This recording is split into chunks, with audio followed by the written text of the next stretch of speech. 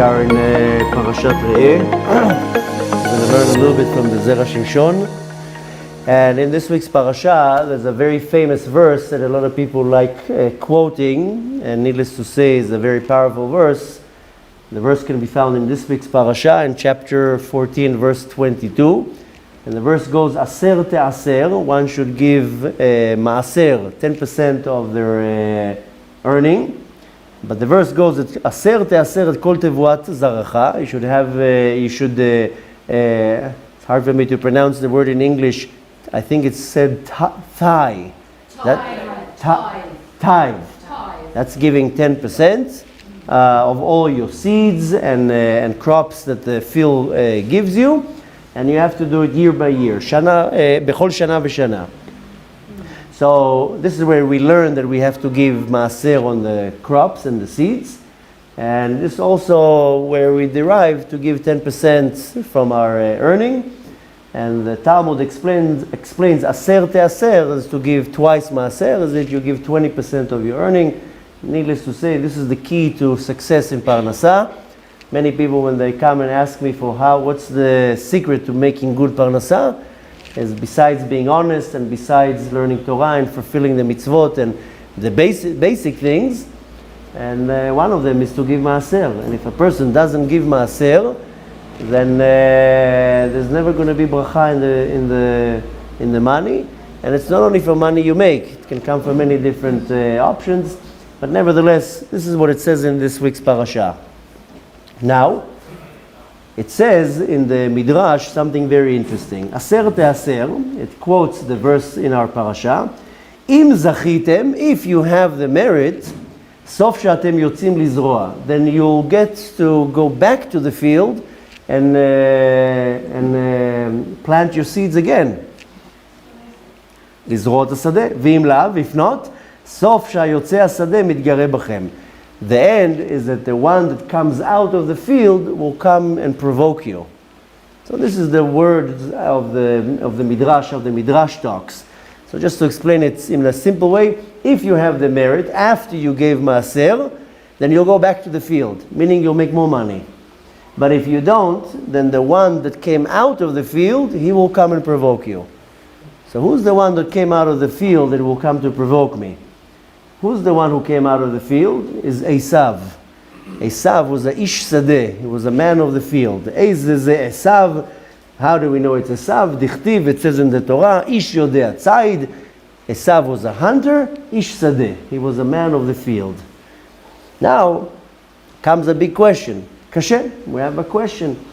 Lama dafka be'avara zo itgareh? How come if I don't do this specific mitzvah, then I will arouse Esav to provoke me? Why not in any other thing? Specifically when I don't give maaser, Esav will come to provoke me. And Esav, of course, is the Samech Mem, the Yetzer Hara, the Satan. But dafka when I don't give maaser, that's when I arouse Esav to come and provoke me. Why dafka this sin and not many other sins? Okay, this is the question that he presents. Now let's explain it very quickly. And the reason why we want to pay attention is because we all make money. Even if you make a little bit of money, it doesn't matter how much money you make. That 10% is not yours. It belongs to the Kadosh Baruch Hu. You have to give it over. And then we're not going to get into right now to the halacha of when you have to give, how much, and the calculations. I mean, there's a lot of calculations. You have to calculate your expenses before. Some people, they give maaser from any money they get. They get money in a wedding, they give 10% from that. They get tax returns, they give 10% from that. But either way, let's now go for the reason why Esav will be provoked. Then if we have time, we'll explain more. We have to understand. If you remember, I know it's far away, it was in Sefer Bereshit, but we learned that Esav used to cheat. He used to con his father with the mitzvah of maaser. He used to pretend that he is observant, and he would come to his father and ask him questions specifically about maaser. And where do we know that? Rashi explained on the verse, Esav was a ish yodeh tzayid. He was a hunter, not necessarily a hunter with a spear. Rather, he used to know how to hunt with his mouth. meaning a fraudster. Some people, they know how to fool you with their mouth. they fraud you with their mouth. So this is what Esav used to do. Like a con artist. No, like a con artist. They come and some people, they know how to sweet talk and tell you a story, and they make you cry with their stories, and they somehow get money out of you. Nevertheless, so Esav was like that. That's what Rashi says. It wasn't necessarily there was a hunter in the field. He was also a hunter in the field. He was a murderer. But nevertheless, he was also a con artist. How do we know that? Shaya shoelo ketzad me'asrim hateven, ketzad me'asrim hamelach. Esav used to come to Yaakov and ask him, how do I give maaser on straw? You don't have to give maaser on straw. It doesn't say anywhere. That's where he used to pretend to Esav. Esav used to pretend to Yaakov, he's so righteous. He comes and says, listen, I have a lot of straw. How do I give maaser on the straw? Well, you don't have to give maaser. How about salt? Do I have to give maaser on salt? No, you don't have to give maaser on salt. Nevertheless, he used to con him with his mouth. Vegam al ze kashe. Now comes another question with Esav. Lama dafka amer emet aviv b'mitzvah azot? Why would Esav con his father on this mitzvah? Why didn't he con him on other mitzvot? Specifically, that's where he used to con his father. V'tzarich lomar שהמתנה יותר גדולה שהבטיח הקדוש ברוך הוא אברהם אבינו היה לתת לבניו ולזרעות ארץ ישראל. What is the real present that Avraham Avinu was promised by Hashem? Hashem didn't promise Avraham Avinu millions of dollars. You know what he promised him? That he's going to give his offsprings the land of Israel. That was the promise. Other people get promises, I'll give you money, I'll give you diamonds, I'll give you fame. Avraham Avinu says, I don't need all this junk. I want something serious. Hashem says, you want? You know what?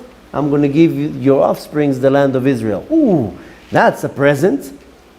Kedichtiv, as it says in the book of Bereshit, chapter 12, Vayiven sham mizbeach l'Hashem al besorat Eretz Yisrael. The second that Avraham Avinu heard that he's going to get the land of Israel, in our days you open a bottle of a champagne, Avraham Avinu built an altar.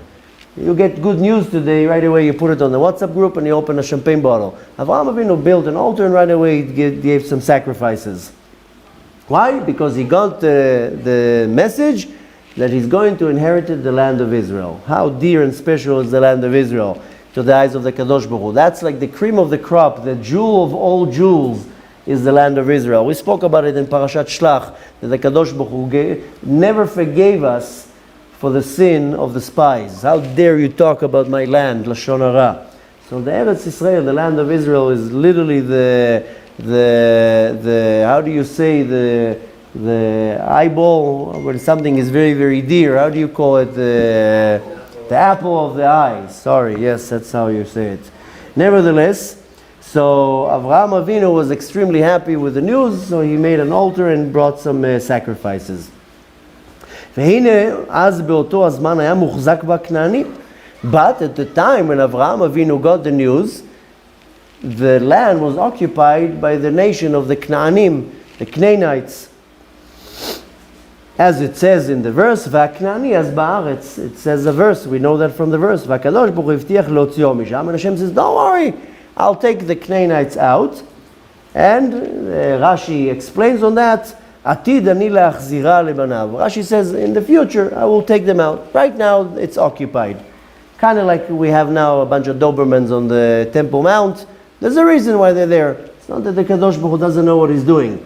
There's a reason why there's, I call it Dobermans, because you go up there, they start biting you. I'm talking about, of course, the Arabs that are sitting on Temple Mount. So there's a reason. We're not allowed to go there right now. So even La'alacha, all the Gdolim, all the Gdolei Ador, all the great rabbis says, you're not allowed to go up there right now. So the Kadosh Baruch Hu put some Rottweilers and Dobermans there, that the second you go in, they'll bite your tuchas there. It's the same thing here. The Kadosh Baruch Hu had the Canaanites in the land of Israel, and he says, yeah, it's not yours right now. When it's going to be the time, I will take them out. Okay, now let's continue. Seemingly, נראה שישראל גזלו הארץ מהכנענים. Seemingly, it seems like the nation of Israel, when they went into Eretz Israel, later on with Yoshua, that they took, or they stole, or they took over the land of Israel from the Canaanites. It looks like it, right? That they went in and they stole the land. That's what it seems. But nevertheless, it says, sorry about that. It says, Rashi says, on the verse in the book of Bereshit, the first verse in the Torah, Bereshit bara Elokim et hashamayim ve'et haaretz, Rashi says on this verse, if any nation will ever come and say, you are thieves, im yomru ha'umot listim atem, the nations will come to the nation of Israel and says, you are thieves. Why? Shekavashtem artzot shivat hagoyim. You have conquered the land of the 7 nations. I mean, up until today, some people do that. They come and tell us that we are occupying the land, that we are whatever they're saying about us. Now, even Rashi said that when the nations are going to come and say that you are thieves because you stole the land, you meaning the Jews, then what would be the answer? Kol haaretz shel HaKadosh Baruch Hu. What are you talking about? The whole planet belongs to the Kadosh Baruch Hu. Especially the land of Israel. It belongs to Hashem. It doesn't belong to anybody. Not the Canaanites, not the Palestinians, and not anybody else. It belongs to Hashem. It doesn't even belong to us. Hashem gave it to us, but nevertheless, the owner of the land is the master of the universe. Hu bera'ah, Kadosh Baruch Hu created the land, v'natna l'asher yashar benav, and he will give it to whoever he wants to. So he gave it to other people enough. We didn't occupy the land for 1950 years. Sorry, for a little bit less, for about 1870 years, we didn't occupy the land. It wasn't ours. But nevertheless, the Kadosh Baruch Hu created the land. He decided who's going to get this land. ולכן כדי להראות לעולם שהקדוש ברוך הוא אדון על הארץ, and now we have to show the entire world that the Kadosh Baruch Hu is the master of the entire world. ציווה לנו מצוות המעשרות לאחר שנכנסו לארץ ישראל. הקדוש ברוך הוא says, listen, I am the owner. I am letting you go into the land of Israel. But in order to show everybody that I'm the owner, or to use a term that is more familiar to us, I am the landlord, then you have to give me rent. You have to give me 10%.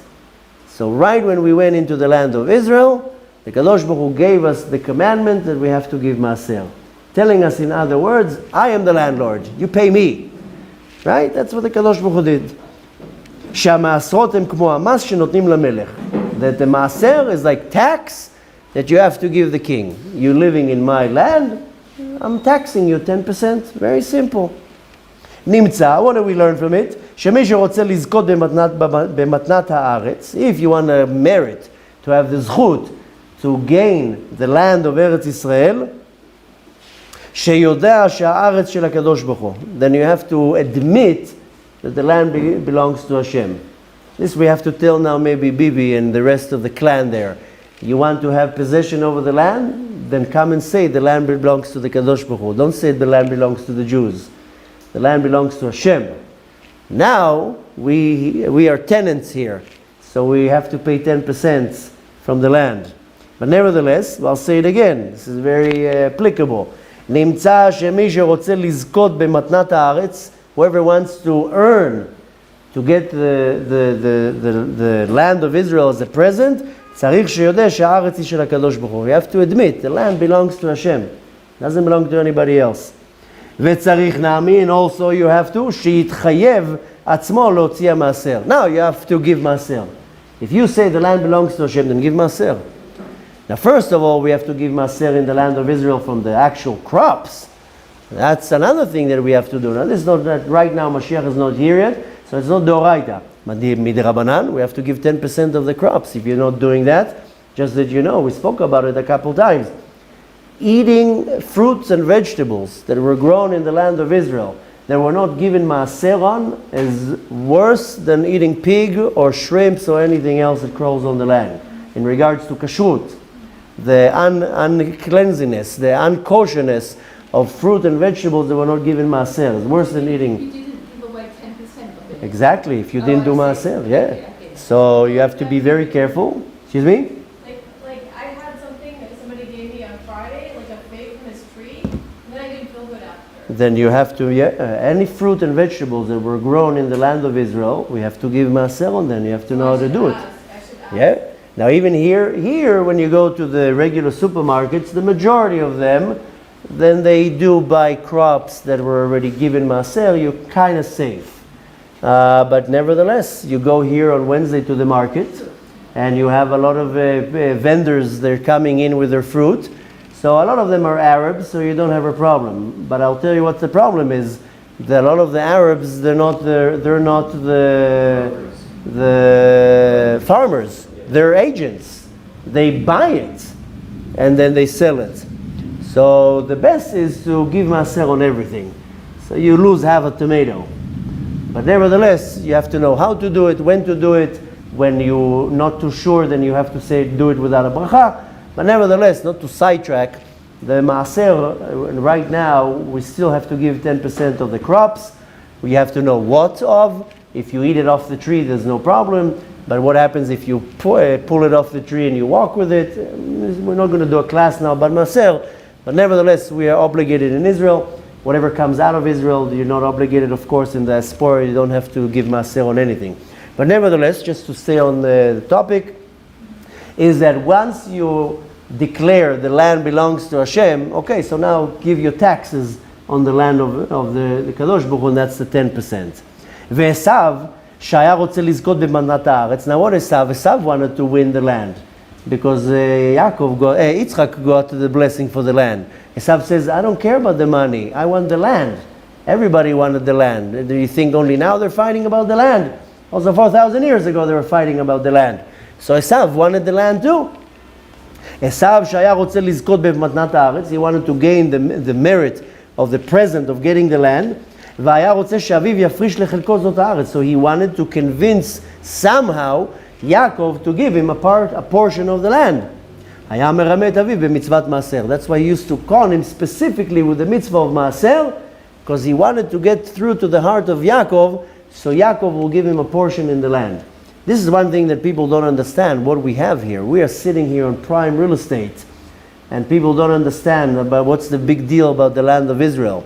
So for thousands of years, people were fighting to get piece of this land. But nevertheless, so Esav knew that Yitzchak getting a piece of the land, so he was conning his father, maybe he can get a part of the land. והנה שבירך יצחק את יעקב, when Yitzchak gave the bracha to Yaakov, sorry, I kept saying Yaakov before, I'm talking about Yitzchak when he was giving the bracha. I correct myself, I kept saying Yaakov. So when Yitzchak was giving the blessing to Yaakov, נתן לחלקו מתנת הארץ. Yitzchak was giving the blessing to Yaakov that he would give him a portion of the land. כמו שפרש הרמב"ן, as the Ramban explains on that verse, in Bereshit, וילך אל ארץ ישראל, and so forth, that he went to the land of Israel. But nevertheless, just to conclude, Esav wanted a part of the land. So he used to con his father Yitzchak. I kept saying Yaakov, by the way, so I just correct myself. Esav used to con his father Yitzchak to give him a part of the land because he wanted a piece of it. That's why he conned him specifically with the mitzvah of maaser. וזהו שאמר לו ויתן לך אלוהים מטל השמיים ומשמני הארץ. This is what it says in the verse, that Hashem will give you from the dews of the heavens and the fatness of the earth, and not only that, from the abundance of the grain and the wine. This is a famous blessing that Yaakov got. We read that very often. But when it says that Hashem will give him from the heavens dew, but mainly from the fatness of the land, כלומר, כל שפע הארץ יבוא מן הקדוש ברוך הוא. What does that mean? Not that the land here, a lot of people say, what are you talking about? It seems like he gave the Arabs the fatness of the land, the oil. You know, we don't have oil here. Look at all the neighbors around us, they're swimming in oil. So this is not what the verse means, because it sounds like mishamnei haaretz. So people hear it as shemen. Shemen is oil. This is not what the blessing is. Shamnei means the fatness of the land, the abundance, the bracha. Look at it here. You come to the land of Israel.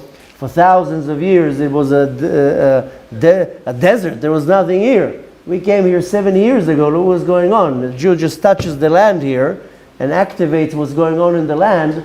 And this is where you see the blessing of the Kadosh Baruch Hu.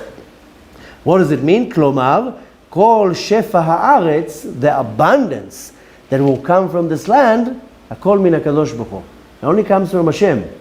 You know how many people, kings, rulers, armies, empires came to the land of Israel, nothing worked. Like putting the key in and nothing opens. What's going on with this land? When we come to this land, the Kadosh Baruch Hu turns the switch on, whoop, and you see that the blessing comes from Hashem. ומשום אחי, and therefore, אתה מחויב לעשר. Then you are obligated to give מעשר. ואם לא תעשר, and if you would not give מעשר, לא יהיה לך. You're not going to have anything. If you give, this is the key for the abundance. Then you get everything. You don't give, לא יהיה לך. Very simple. You're not going to have. וחיוב המעשרות, and the obligation of מעשרות, אינו אלא בארץ ישראל. It's only in the land of Israel. You go 1 centimeter out of Eretz Israel, that's it. No more מעשרות. The obligation is only in the land of Israel. But, Esav Amar, Esav said, Umisham ne'aretz yeh moshavcha. Esav says, from the fatness, from the abundance of the land, that's where you're going to be dwelling. Sheyeh moshav tov, that Esav also got a good place. Lo yeh shuman beperot, but the goodness that he gets, so he got a lot of oil. That's it. But he didn't get the goodness, like the fatness, what is called hashuman baperot, the goodness of the fruit of the land of Israel. So so it seems like the nation that came out of Esav, they got a lot of good, but this is not the real goodness that's coming from the land of Israel. Inami, also, the moshavcha, when it's talking about the place of your dwelling, רצה לומר שעד שישב הוא שם יהיה חלקו טוב. Saying, in other words, that till you will sit there, then your portion will be good. אבל אחר כך יחלה ויאבד. While you're sitting now, this is going on the nations of the world. Now, when we're still in exile, okay, wherever you're going to be, you'll be good. You'll be doing good. You'll have an abundance. But at the right moment, especially when Mashiach comes, אבל אחר כך, after that, יחלה ויאבד. You lose everything. That's where you see now another sign that Mashiach is coming, that all the nations are losing all their wealth. All the rich people are even losing their wealth. Maybe they still have money. Now I just read about somebody, who was it? Not Warren Buffett.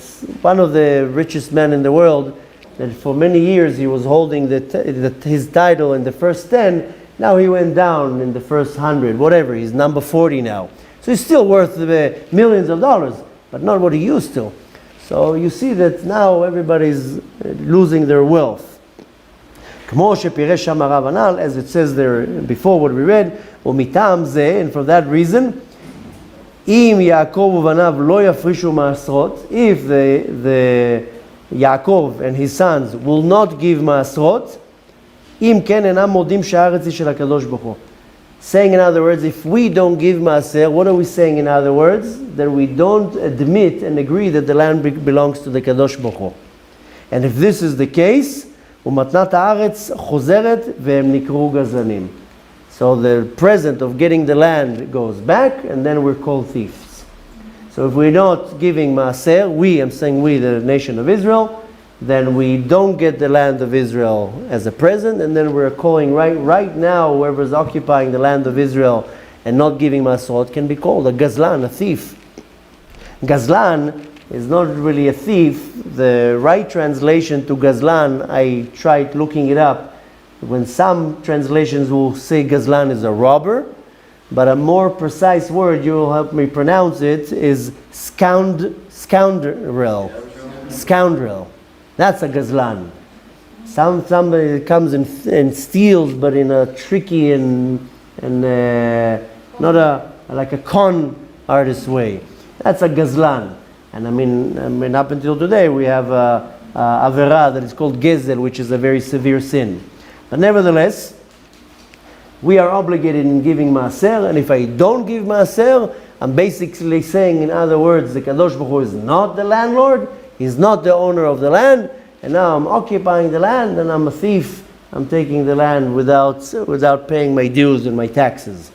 והטעם שעשיו עבד הברכות, now how come Esav lost the brachot?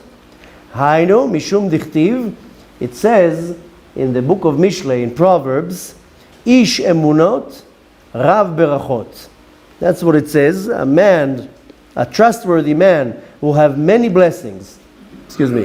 But he who hastens to become rich will not go unpunished. That's what it says in the book of Mishlei in Proverbs, chapter 28, verse 20. 28. Chapter 28, verse 20. And the verse, I'll say it again, a trustworthy man will have many blessings.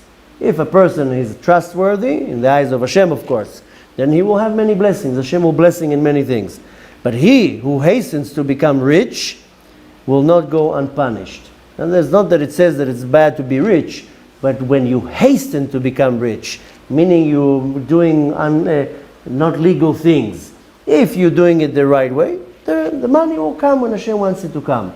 But if you are hastened to be rich, meaning you're doing illegal things, or you're stealing, you're robbing, then very fast a person will be punished by the Kadosh Baruch Hu. And that verse is talking about Esav. He didn't want the money when it's supposed to come, I want the money now. And when you want the money now, you're not waiting, then you go unpunished. You're not going to go unpunished. So when it says, why was the reason that Esav was punished? Because of that. She'alach Esav hasadeh, Esav went to the field, as it says in the book of Bereshit, chapter 27, verse Hey, Latzud Tzayid. He went to the field to hunt. Le'avi, and he went to not to hunt deer. He went to the field and he wanted to get something to con. Upirshu Razal, and our sages explain in the Midrash, she'alach b'machshava, she'im lo imtza min ha'efker yavi min ha'gezel. When Yitzchak told him, go get me a good meal, then he went out to the field and he says, if I will find a good catch, I will hunt it. But if not, I'll go to the neighbors and I'll rob them. And that's what he did, by the way. So he says, I can't find a good catch. Oh, the neighbor, they have some nice lamb. I'll go and steal it. So he already went with the thought, if I can make it, I'll make it. If not, I'll rob it. Ve'oleh, and we understand from that, lo matzlachat, he wasn't successful. He couldn't find the right prayer, that's how I said, to hunt. Umishum hachi avad habrachot. Since he went and he stole the food that he brought to his father, was gezel. He stole it. If you remember, there's a famous story with the shepherds of Avraham Avinu and the shepherds of Lot. And they had an argument.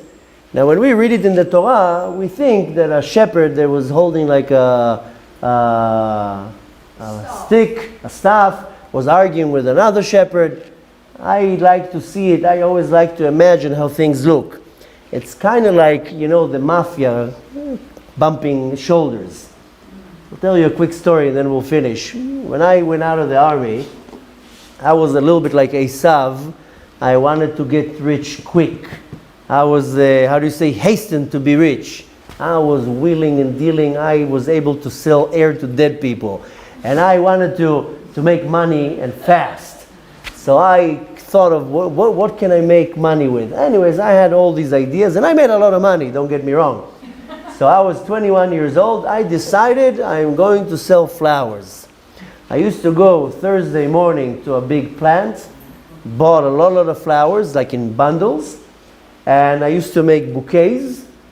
And then I had a lot of buckets and I would go to a very busy intersection and I would stand there with the buckets and they would go like hotcakes Friday morning. And I made thousands of shekels. And all it took, Thursday, I had a few workers. I brought, everything was in huge bundles. I had a lot of tables like that, spread them all, and make quickly nice bouquets. Put them in, that paper, cellophane paper. I was like a machine, and I had dozens of flower bouquets stand on the intersection, and people will stop, and I would sell them. I would make, I'm talking about 25 years ago, I would make on an average weekend 5,000, 7,000, 10,000 shekels. Talking about 25 years ago.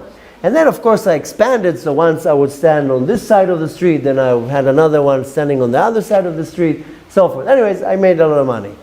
One day I'm standing in the, and that's, by the way, 2 days of work. Thursday doing the flowers, Friday selling them. One time I'm standing, our car stops, two guys, big guys go out, sunglasses, looking around. What is this?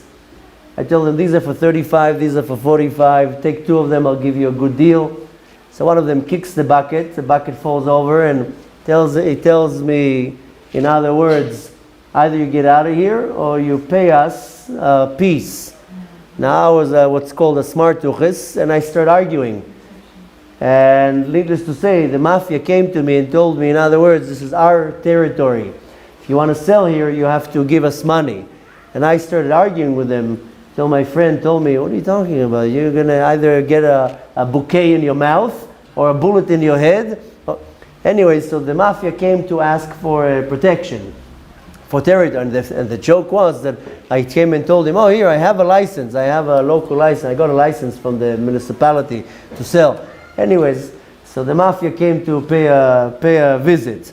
So why am I telling you this story? Because sometimes you see in the movies or in real life, the mafia, they fight with each other. You're in my territory. And they starts a fight, and it can be violent and murder, guns, whatever. So we're reading about the story about the shepherds of Avraham and Lot, and they were fighting. So the commentary says that the shepherds of Avraham Avinu were righteous, and they kept telling the shepherds of Lot, you letting your sheep go in lands that doesn't belong to you. This is gezel. You're not allowed to take your sheep and put it on somebody else's land to eat the crops. This is mamash gezel. This is stealing and robbery. So started a fight between them. That the shepherds of Lot used to fight with the shepherds of Avraham Avinu. I imagine it, it's not like 2 old shepherds arguing. It was more like 2 gangs. The gang of Avraham Avinu were the righteous ones saying, listen, this is not legal. You're not allowed to put your sheep on this land. And they're coming back and saying, it's my territory, move your sheep. That's how I'm imagining it in my mind. But nevertheless, going back to what we were saying, Esav was a crook. Yitzchak tells him, get me some good meat. So he says, if I'm not going to be able to find it myself, I'll go and steal it. Just yesterday, somebody sent me a video. I told you that they're exposing now all these scandals with kosher meats. You have to be so careful here, especially in Israel, that they, a few months ago, they caught 50 ton of meat coming in from Gaza, all with kosher stamps. Now, I don't know where is the kosher slaughterhouse in Gaza exactly, and who are the mashgichim there, but they caught 50 tons. You know how many trucks with kosher, with meat that has stamps on it that it's kosher, going to all the restaurants that people eat from.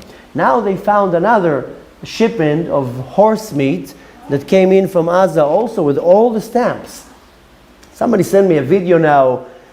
This is a lot of problems. So this is Esav. If I can't give you the kosher meat, in the video that somebody sent me is hidden cameras in a factory. Now what they do is they slaughter the animals, and then some of them become taref. So they throw them to the other side. And so they have the pile of the taref, the unkosher animals, and the pile of the kosher one. And you see in the video how they all get mixed up, and they all get to the same pile. So half of them are kosher, half of them are not kosher, a whole big mishmash. So same thing here. Esav says, if I can find a kosher one, I'll give him a kosher. I can't. I'll steal it from the neighbor. I don't care. That's why Esav lost the brachot. Hatam she'Esav avad brachot. The reason why Esav lost his blessing, mishum, because he wanted a get-rich-quick scam. Right away, give me quick. I don't want to invest anything here.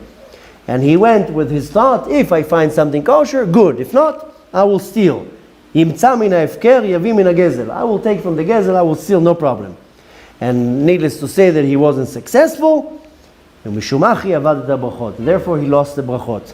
V'ch'Yisrael einam me'asrim. And when the nation of Israel, the Jews, don't give maaser, gam hem nikru gazlanim. Then we're like Esav, we're thieves. We steal. Ve'esav anikra ish sadeh. In the beginning, I told you that in this specific mitzvah, if we don't do, who comes to provoke you? Esav. Since Esav was called the man of the field, then Esav is the power. Esav is the minister of Esav, is the Samech Mem, is the Satan, and he comes to provoke us. As it says, V'haya ka'asher tarid. When you behave like Esav, then that's what you get back. So saying in other words, you want a bracha in your Parnasa is you give maaser. I'm not talking right now the maaser in the land of Israel when you give the 10% of the crops. That's a given. If you're living in the land of Israel, you have to be very particular and cautious with the fruit and the vegetables that you eat. If there was given maaser from that or not, then you've got to learn all the laws to know what to do. But when it comes to a bracha in Parnasa, and there's all over the world, not only in the land of Israel, then you have to make sure that you're giving the 10% of what you make. And there's a way to calculate it. You have to give it after your expenses, not before expenses. But nevertheless, when you give that, that's when you get the blessing. And here we have to learn another thing from that is in regards to the land of Israel. We have to understand the land of Israel belongs to the Kadosh Baruch Hu. He gives it to whoever he wants to, and he chose to give it to us. We have to scream out loud to the world is that the master of the universe, he's the master of this land. And in this land, then we're taxed. And we give a tax to the Kadosh Baruch Hu. We have to make sure that the nations of the world, they understand that we also say, no, the land of Israel belongs to the Kadosh Baruch Hu. And he's the master of the universe. He's the landlord. He's the one who owns the land, and he decided to give it to us. So we have to make sure that we are thanking the Kadosh Baruch Hu, and the way of thanking the Kadosh Baruch Hu is with giving the maaser. But we started with the bracha in Parnasa. Everybody needs bracha in Parnasa.